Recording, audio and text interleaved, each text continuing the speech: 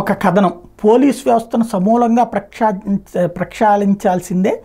మళ్లీ గాడిలో పెట్టడం కొత్త ప్రభుత్వానికి పెను సవాల్. శాంతి భద్రతలు బాగుంటేనే రాష్ట్రానికి పెట్టుబడులు, సమర్థులు నిబద్ధత కలిగిన అధికారులని నియమిస్తేనే సాధ్యం.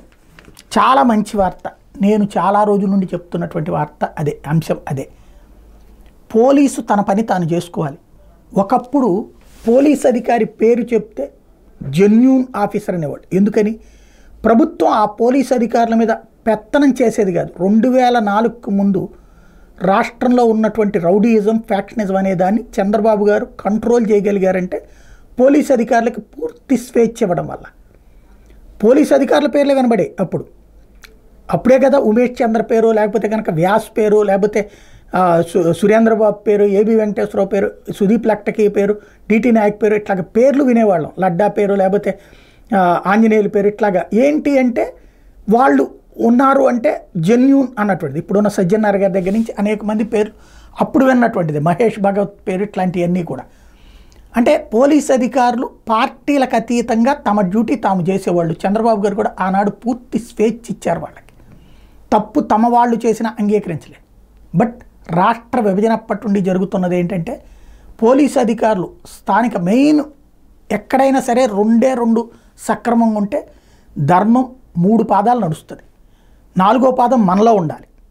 ధర్మం 3 పాదాలు నడవాలంటే న్యాయ వ్యవస్థ, పోలీస్ వ్యవస్థ వీళ్ళు బాధ్యతగా ఉంటే చాలు.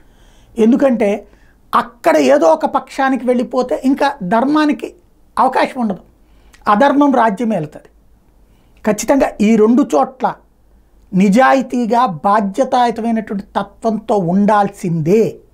అది ఉంటే ప్రజలు బాగుపడతారు, సమాజం బాగుపడుతుంది. ఆ 2 చోట్ల కనుక పక్షపాత ధోరణి ఉంటే సమాజానికి భద్రత ఉండదు, అభద్రత పెరిగిపోతుంది, అన్యాయం రాజ్యం వెళ్తుంది. పోలీస్ స్టేషన్లలో ఎస్ఐల నియామకాలు రాజకీయ నాయకుల చేతిలో ఉంటే ఎలా సాధ్యమవుతుంది? అప్పుడు ఆ రాజకీయ పార్టీ తరపున పనిచేసినటువంటి వాడు, పనిచేసేటటువంటి వాడి చెప్పు చేతల్లో నడవడం అవుతుందే. అప్పుడు వాళ్ళు చేసే దుర్మార్గాలకు మద్దతు ఇవ్వడం అవుతుందే. వాళ్ళ వల్ల బాధితులకు న్యాయం జరగదే. మనం చూస్తున్నది అదే. ఇదివరకు వైఎస్ఆర్ కాంగ్రెస్ పార్టీ నాయకులు చెప్పినట్టు నడుచుకున్నారు, ఇప్పుడు తెలుగుదేశం నాయకులు చెప్పినట్టు నడుచుకుంటున్నారు. నిజంగా ఓ దాడి జరిగిందనో, ఒక దెబ్బ తగిలిందనో, ఒక ఇష్యూ జరిగిందనో పోలీస్ స్టేషన్కి వెళ్తే కేసు పెట్టకపోతే ఇంకా అక్కడ న్యాయం ఏం జరుగుతుంది? అలా అన్యాయంగా ఉండేటటువంటి చోట ఏం జరుగుతుంది? ఎవరు న్యాయం కోరుకుంటారు? ఎవరు న్యాయం జరుగుతుంది? కాబట్టి పోలీసులు అన్నటువంటి వాళ్ళు మంచోళ్ళే, వాళ్ళు చెడ్డోళ్ళని నేను అన్నాను. వాళ్ళు ప్రభుత్వం చెప్పినట్టు వినక తప్పట్లేదు, ప్రభుత్వం చెప్పినట్టు వినాలి. కానీ పార్టీలు చెప్పినట్టు వినక తప్పని పరిస్థితి అవుతుంది. అధికారంలో ఉన్నటువంటి పార్టీలు చెప్పినట్టు వినక తప్పని పరిస్థితి అవుతుంది.